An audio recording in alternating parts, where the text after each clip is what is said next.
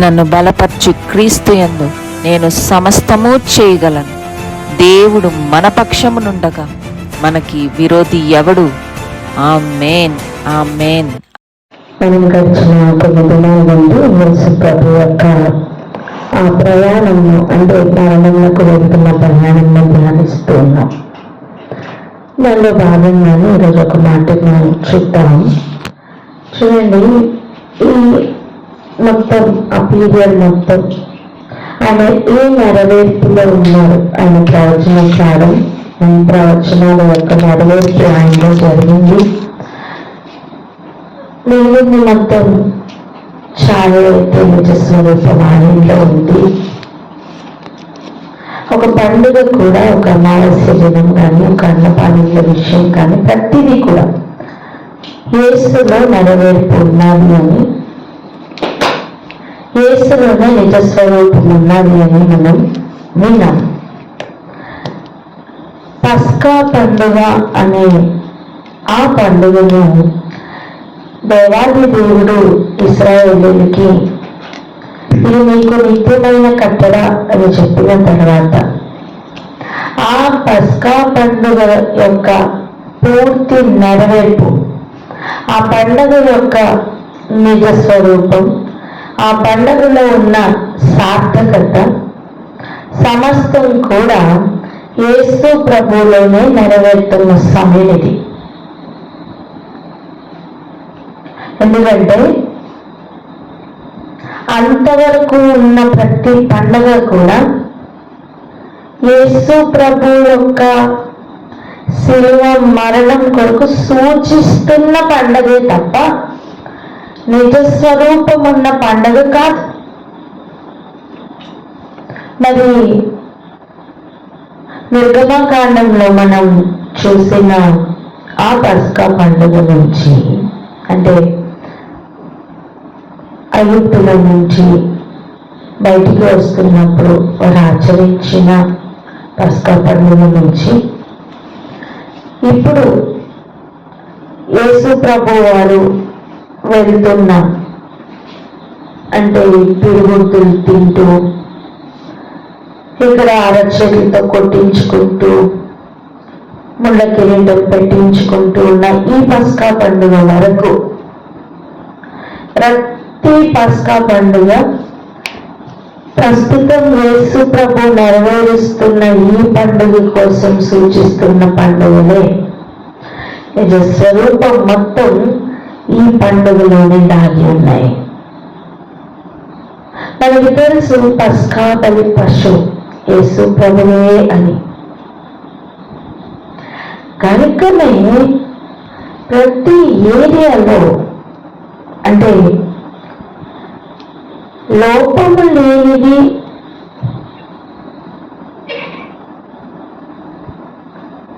పస్కా బలి పశువు ఉండాలి. కనుక ఈ మాటను వాళ్ళు చెప్తూ ఉన్నారు, మరణమునకు తగిన కారణం ఏది కనబడట్లేదని.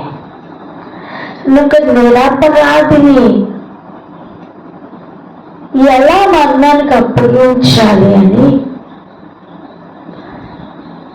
ఎక్కడెక్కడి నుంచి వాళ్ళు ఏ క్లూ పాయింట్ వెతుకుదామా, ఎలా చంపుదామా, చంపడం కోసం ఈమెను తీసుకుని వెళ్ళాలి అంటే ఏ కారణం వెతుకుదామా అని వాళ్ళు పడిన ప్రయాస చాలా ఎక్కువ. అంటే ఆయన భూమి మీద ఉండకూడదని, ఆయన ఖచ్చితంగా ఆయనను చంపాలని వాళ్ళు ముందుగానే డిసైడ్ అయిపోయారు. కానీ దానికి తగిన హేతువును వెతుకుతున్నారు. కారణాలు వెతుకుతున్నారు. కానీ వాళ్ళకి దొరకట్లా. అటు హేరోడికి దొరకలా, పిలాతుకు దొరకలా. అంతెందుకు ప్రధాన యాజకులకు కూడా దొరకలేదండి. ప్రధాన యాజకులకి కూడా లోపల చంపాలనే ఆశ ఉన్నా కారణం మాత్రం దొరకలేదు. ఆయన నోటితో కానీ క్రియల్లో కానీ వారికి దొరకలేదు. ఇంకా వాళ్ళు మాటల్లో చిక్కుపెట్టి ఆయనను దోషిగా పట్టుకోవాలని అప్పగింపబడిన రాత్రే చాలా ప్రయత్నం చేశారు. దానిలో ఒక ప్రయత్నం కూడా మనం ఇప్పుడు చూద్దాం. మనం హేరోదు విడిచిపెట్టిన సంగతి చూసాం. పిలాతు నిరపరాధి అని డిక్లేర్ చేయడం చూసాం. ప్రధాన యాజకుడు కూడా నిరపరాధి అని తెలిసినా సరే ఎలా మాటల్లో చిక్కుపెట్టి పట్టుకున్నాడో ఇప్పుడు చూద్దాం. రండి, మత్తయి సువార్త 26వ అధ్యాయం. మత్తయి సువార్త 26వ అధ్యాయం 59వ వచనం నుండి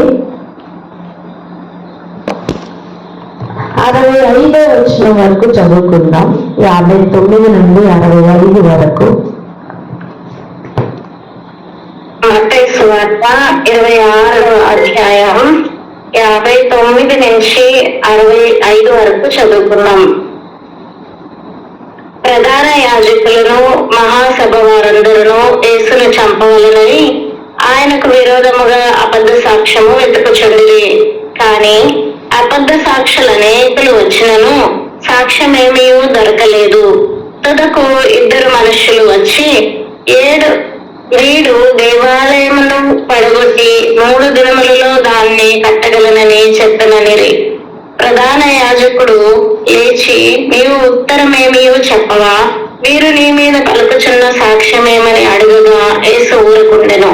అందుకు ప్రధాన యాజకుడు ఆయనను చూచి, నీవు దేవుని కుమారుడవైన క్రీస్తు అయితే ఆ మాట మాతో చెప్పుమని జీవము గల దేవుని తోడని నీకు ఆనబెట్టుచున్నానెను.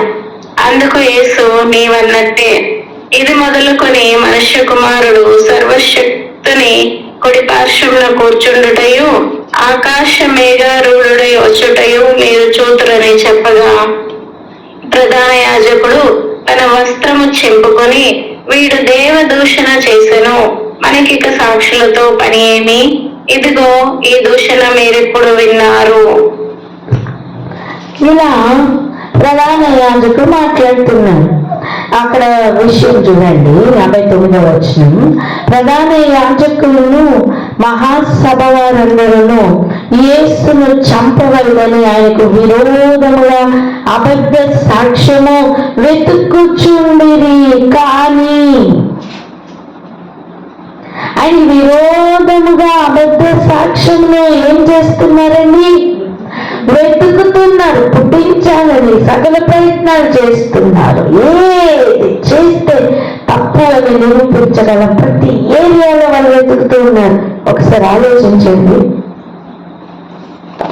వెతకాలి, తప్పుగా చూపించాలి అని ఒక ప్రయత్నం చేస్తుంటే ఆ వెతుకుతున్న వారికి సాధారణంగా ప్రతిదీ తప్పుగానే కనిపిస్తుంది. నించుండే తప్పు, కూర్చుంటే తప్పు, ముట్టుకుంటే తప్పు, ఏది తిన్నా తప్పు, తాగిన తప్పు, అలా ప్రతి దానిలోని తప్పే కనిపిస్తాయి కదా సాధారణంగా. మన కదా చెప్పండి, కనిపిస్తాయి. తప్పులు వెతకడానికి ప్రారంభిస్తే ఆ వ్యక్తి నచ్చలేదు కనుక, ఆ వ్యక్తిని చంపాలనుకుంటున్నాం కనుక ఇక ఎన్ని తప్పులు కనిపిస్తాయంటే అన్ని దొరుకుతాయి. కానీ అంత వెతుకుతున్నా ఏమీ దొరకలేదట. సాక్ష్యం చూసారా? ఆయనకు విరోధముగా అబద్ధ సాక్ష్యము వెతుకుచుండిరి. కానీ ఏం జరిగిందంట? అబద్ధ సాక్షులు అనేకులు వచ్చినను సాక్ష్యం ఏమీ దొరకలేదు. హల్లెలూయా! ఎంత చక్కటి మాట అండి ఇది. పస్కా బలి పశువుగా ఆయన నిరూపించబడుతున్నారు. ఏది దొరకలేదంట. అసలు సాక్షులను తీసుకుని వచ్చినా సరే ఏది సరిపడలేదంట.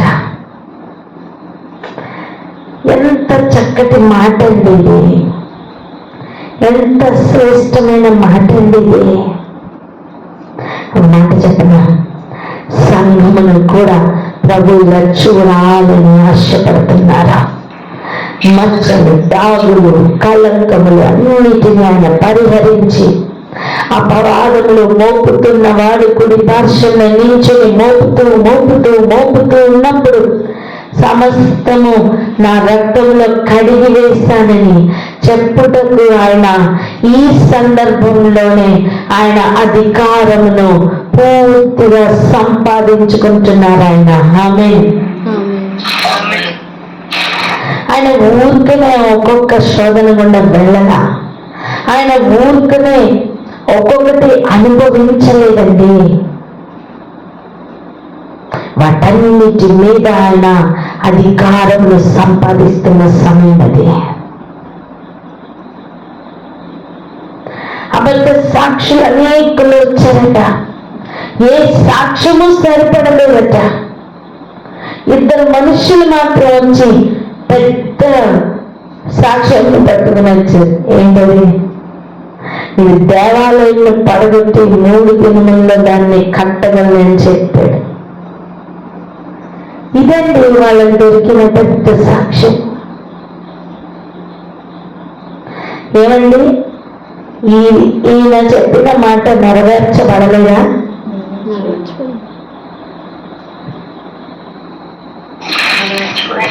ఆమె నెరవేర్చబడింది.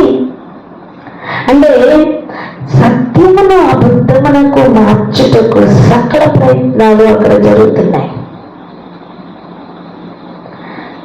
నువ్వు చేస్తున్న కీడుని బట్టి కాదు, నువ్వు చేస్తున్న మేలుని బట్టి, నువ్వు మాట్లాడిన అబద్ధమును బట్టి కాదు, నువ్వు మాట్లాడిన సత్యమును బట్టి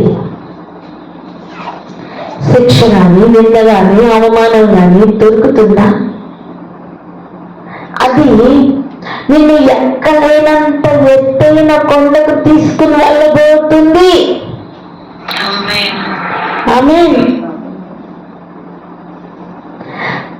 నేర స్థాపన చేస్తున్న వారికి నేర నిర్ధారణ జరగడానికి తగిన హేతు ఏది కూడా దొరకని సమయం, నేరస్తుడుగా కనబడుతున్నవాడు నిర్దోషి అని నిరూపణ జరుగుతున్న సమయం, నేరస్థాపన జరుగుతున్న ఆ సమయం మొత్తం అనుభవించిన దానికి సమస్తమునకు కలిపి నిర్దోషిగా నిలబడుతున్న సమయం, పొందబోతున్న అత్యధికమైన బహుమానం వెయిటింగ్ లో ఉంది.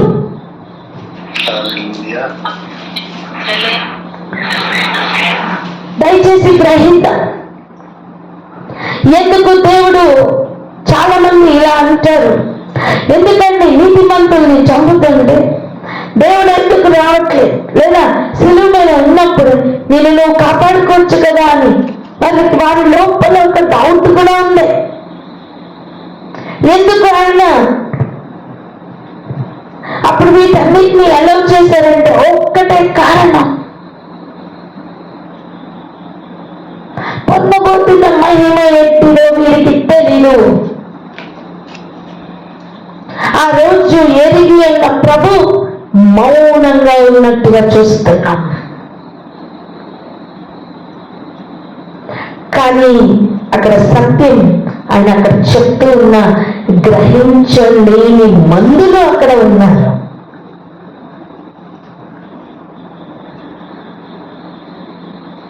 చూడండి, ప్రధాన యాజకుడు లేచి అడుగుతున్నాడు, ఉత్తరమేమి చెప్పవా? వీళ్ళు నీ మీద పలుచున్న సాక్ష్యం ఏంటి అసలు? ఇదిగే తెలీదా పాపం? ఈ ప్రధాన యాజకుడు ఏమైనా న్యాయ తీర్పు కోసం వచ్చాడా? చెప్పండి. అన్యాయ తీర్పు తీర్చడానికి వచ్చాడా? ఇంటెన్షన్ అయితే అన్యాయ తీర్పు తీర్చడానికి ఉన్నాడు. ప్రభువుకి తెలీదా అండి? తనను తాను అప్పగించుకున్నాడు కనుక మీరు అందరూ మాట్లాడటానికి అవకాశం దొరికిందంటే. చూడండి, నువ్వు దేవుని కుమారుడు అయితే మాతో చెప్పు అని జీవము గల దేవుని మీద ఆనబెట్టాడు. అయినా ప్రభువేమి నోటితో పలకడా, ఒకటే మాట అన్నాడు, నీ అన్నట్టే. అని నువ్వేమన్నావు అదే, కానీ ఆయన మాత్రం నోటితో చెప్పలా.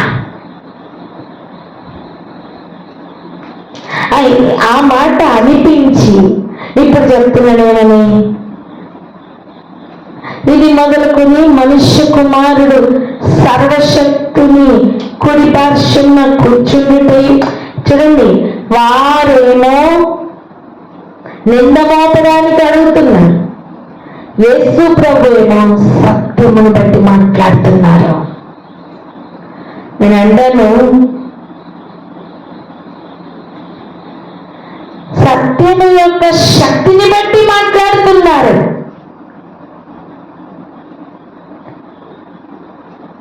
ఆయన పొందబోతున్న పవర్ ఎట్టిదో ఆయనకి తెలుసు. యుగ యుగాల నుండి ఈ మాట కోసమైన వెయిటింగ్ అండి. ఇది ఎటువంటిదో చెప్పనా, ఎలక్షన్స్ అన్నీ అయిపోయి బ్యాలెట్ కూడా కౌంటింగ్ అవుతున్న సమయం, ఇంకా కొన్ని ఓట్లు పడితే అంటే లెక్క పూర్తి అయిపోతుంది, ఇంకా అయిపోయింది, కంప్లీట్ అయిపోతుంది, లాస్ట్ మినిట్ నిర్ధారణ సమయం వచ్చేసింది అన్నప్పుడు ఎలా ఉంటుంది? ఆల్రెడీ గెలిచేస్తున్న పార్టీకి ఎలా ఉంటుంది చెప్పండి? అలా అంత సమయం గెలిచి ఇంకా లాస్ట్ సెకండ్స్ లో ఉన్నప్పుడు మాట్లాడుతున్న మాటలు ఇవి. భూమి అనే నియోజకవర్గం నుండి ఆయన గెలవాల్సిన దాన్ని గెలుస్తూ ఆఖరి క్షణంలో మాట్లాడుతున్న మాటలు ఇవి. అందుకే అంత ఖచ్చితంగా చెప్తున్నారు, ఏమని? సర్వశక్తిని కుడి పార్శ్వములో కూర్చుండేటవు. దాని యొక్క ఆ భావం వారెంత గ్రహించారో తెలియదండి, కానీ ఆయన డిక్లేర్ చేసి చెప్తున్నారు, భూమి మీద అయిపోయింది, కుడి పార్శ్వమున కూర్చోడానికి టైం వచ్చిందని. హల్లెలూయా. వారు భూమి మీద శిలువ గురించి ఆలోచిస్తున్నారు, ప్రభువు దాని తర్వాత ఉన్న సింహాసనం గురించి ఆలోచిస్తున్నారు. మీరు శిలువకి ఎక్కించాలని చూస్తున్నారు, ఆయన సింహాసనం మీదకి ఎక్కడాన్ని చూస్తున్నారు. హల్లెలూయా. గమనించండి, అందుకే చెప్తున్నారు, ఆకాశ మేఘారూఢుడై వచ్చుటయు మీరు చూతురు. ఆకాశ మేఘారూఢుడై వెళ్ళుట కాదు, ఆయన రెండవ రాకడను డిక్లేర్ చేస్తున్నారు. ఆయన ఎందుకు రాబోతున్నారు రెండవ రాకడను? ఒక మాట చెప్తా చూడండి, ప్రకటన గ్రంథం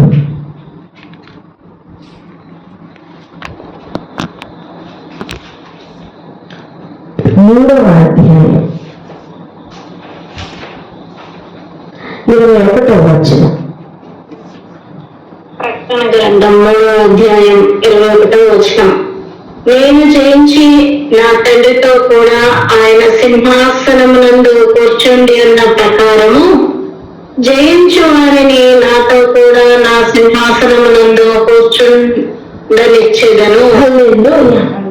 హల్లెలూయా. అక్కడ ఆయన ప్రధాన యాజకుడు ఆ దేవాలయం గురించి మాట్లాడుతున్నప్పుడు మరణములకు తగిన హేతువు వెతుకుతున్న సమయం యేసు ప్రభు వారు డిక్లేర్ చేసి చెప్తున్న ఆ మాట గమనించండి. సర్వశక్తిని యొక్క కుడి పార్శ్వమున నేను కూర్చుంటాను ఇంకా అని చెప్పి మరలా రాబోతున్న సమయం మేఘారూఢుడై వచ్చుట గురించి మాట్లాడుతున్నాడు. ఆయన ఆయన వచ్చినప్పుడు చేయబోతున్న కార్యం ఇదే. నేను సింహాసనమందు కూర్చుండి అన్న ప్రకారం జయించు వాణిని కూడా నాతో కూడా సింహాసనమందు, ఎలాంటి సింహాసనం?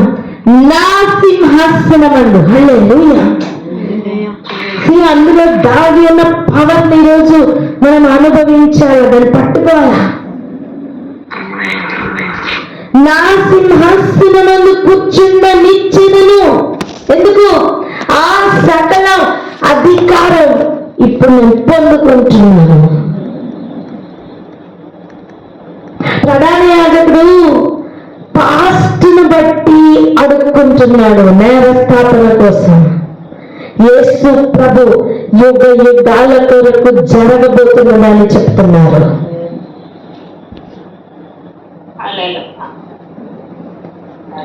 300 సంవత్సరాల్లో ఏమి జరిగిందో దానిలో వెతుకుతూ పాపమును ఆయన మీద రుద్దడానికి ప్రయత్నం చేస్తుంటే దాని గురించి ప్రభు ఏం మాట్లాడట్లా.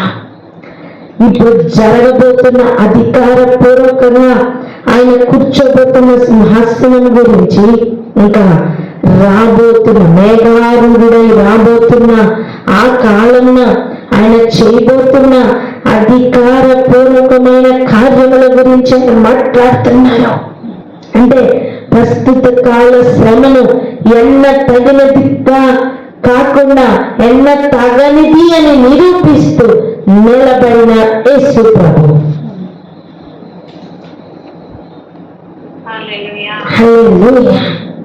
నేనంటున్నా తెలుసా, నువ్వు ఎందుకు నిరూపించడానికి ట్రై చేస్తావు? నీ నిర్దోషత్వాన్ని నిరూపించడానికి ట్రై చేసి ఎందుకు అనవసరమైన మాటలు మాట్లాడుతూ నీ పలుకుల్ని ఎందుకు వ్యర్థపరుస్తున్నావు? శ్రేష్టమైన దాని యందు నిరీక్షణ కలవాడవై, నిరీక్షణ కలదానివై శ్రేష్టమైన మాటల్ని మాత్రమే పలుకులు తీర్మానం తీసుకో. మాటల్లో రెచ్చగొట్టాలని, మాటల్లో చిక్కు పెట్టాలని ప్రధాన యాజకుడు కానీ అక్కడ ఉన్నవారు కానీ ఆయన ఎంత ప్రయత్నిస్తున్నాం. ఆయన నోటిలో నుంచి వచ్చిన మాటలు చూసారా? ఎంత శ్రేష్టమైన మాట. ఏమండి, ఎట్టి నిరీక్షణ గురించి మాట్లాడుతున్నారు ఆయన తెలుసా? తండ్రి కుడి పార్శ్వంలో కూర్చోవడం గురించి. అర్థం, ఇప్పుడు నువ్వు చంపిన వెంటనే జరగబోతున్న కార్యం. మేఘారూఢుడై రావడం అర్థం ఆ మధ్యలో ఉన్న కార్యాన్ని మొత్తాన్ని ప్రవచిస్తూ ఆయన పలుకుతున్నాడు. నేనేమంటున్నానంటే, కొన్ని సంవత్సరాల క్రితం ప్రారంభించిన పస్కా పండుగ యొక్క నెరవేర్పు ఈ కాలంలో జరిగిపోతుంటే ఇక జరగబోతున్న దాన్ని ఆయన ప్రవచిస్తున్నారంటున్నా.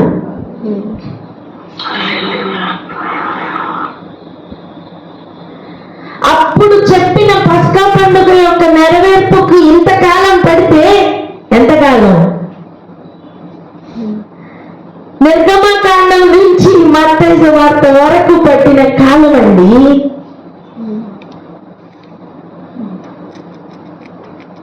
ఇప్పుడు ఆయన పలికిన దగ్గర నుంచి మేఘారూఢుడై వస్తారని కనిపెట్టుకుంటున్న మన నిరీక్షణ, మనల్ని సిగ్గుపరచని మన నిరీక్షణ నెరవేర్పు వరకు ఆయన పలుకుతున్నారు అంటున్నా.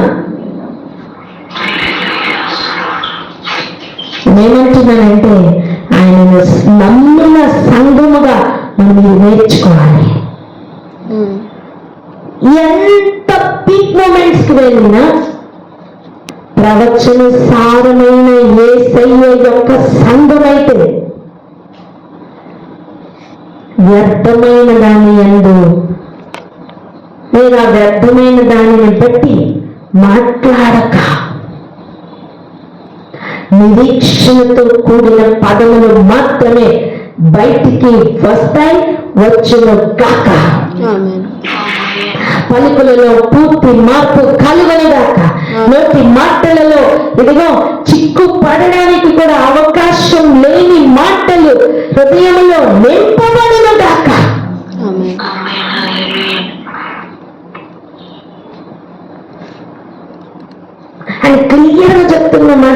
జయించు వాణిని నాతో కూడా నా సింహాసనం ముందు కూర్చున్న పెట్టుకును లేదా కూర్చున్న నిచ్చలను. ఎంత నిరీక్షణ అండి, ఎంతటి నిరీక్షణ. నేనే మార్గం అని చెప్పిన యేసయ్య ఏ మార్గంలో వెళ్తే ఆయనతో పాటు కూర్చోమని ఇస్తారు. ఇప్పుడు అర్థమైందా?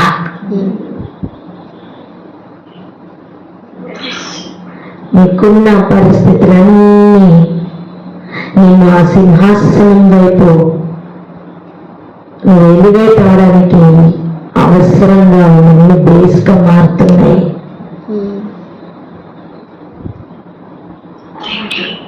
మనం ఎక్కలేము,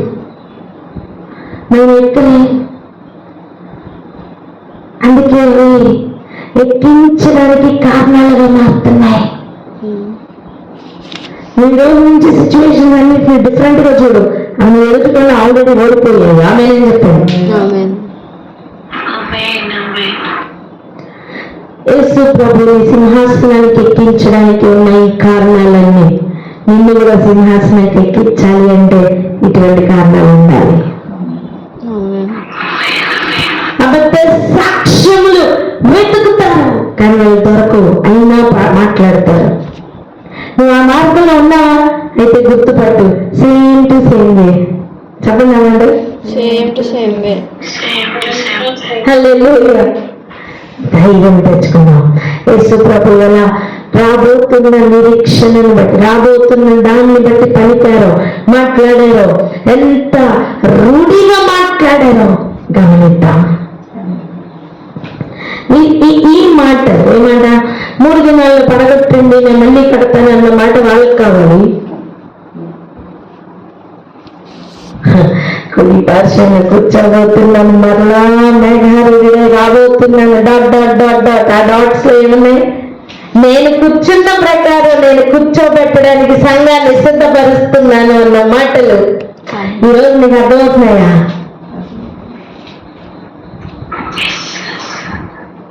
మీరు ఆలోచించండి. సింహాసనం గురించి మాట్లాడి రాబోతున్న దాని గురించి మాట్లాడితే మరలా నెక్స్ట్ ఇంకేమున్నాయి మాట్లాడటానికి, ఆయన చెప్పడానికి? వారికి గ్రహించడానికి ఏమీ లేదండి. ప్రధాన యాజకులు కానీ అక్కడ ఉన్నవారు కానీ వారు గ్రహించడానికి వాళ్ళకి ఏం కావాలి? సిలువేయాలి అంతే. యేసు ప్రభు వాళ్ళు అక్కడ ఆగలని అంటున్నాను నేను. ఎప్పుడో చెప్పిన ప్రవచనం, ఎప్పుడో చెప్పిన పండుగ, పస్కా పండుగ నెరవేర్పులో ఆయన బిజీగా ఉన్నారు అంతే. ఆయన పర్ణశాలల పండుగ కోసం వెయిటింగ్. నెరవేర్పు.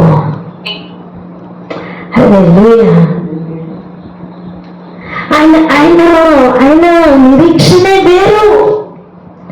ఆయన బూరల పండగ కోసం వెయిటింగ్. ఏంటండి? మేఘారూఢుడై వచ్చుట మీరు చూతురు. ఎప్పుడు వస్తారు ఆయన? మేఘారూఢుడై ఎప్పుడు వస్తారు ఆయన? రెండవ రాకడలో రాబోతున్నారు కాదా? చెప్పండి, అవునే కాదా? నేను ఒక మాట చదువుతున్నాం. 1 తెస్సలోనికీయులకు రాసిన పత్రిక 4వ అధ్యాయం 15-16 వచనాలు ఒకసారి చదవండి.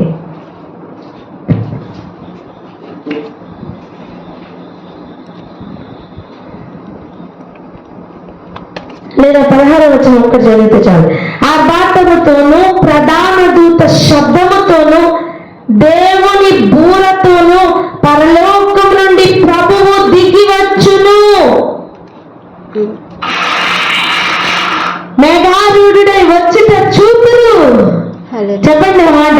మేఘారూఢుడై వచ్చుట చూతురు అని చెబుతున్న మాట. ఎలా వస్తారైనా? ఆ పాటలతో, ప్రధాన దూత శబ్దముతో, దేవుని బూరతో. అర్థం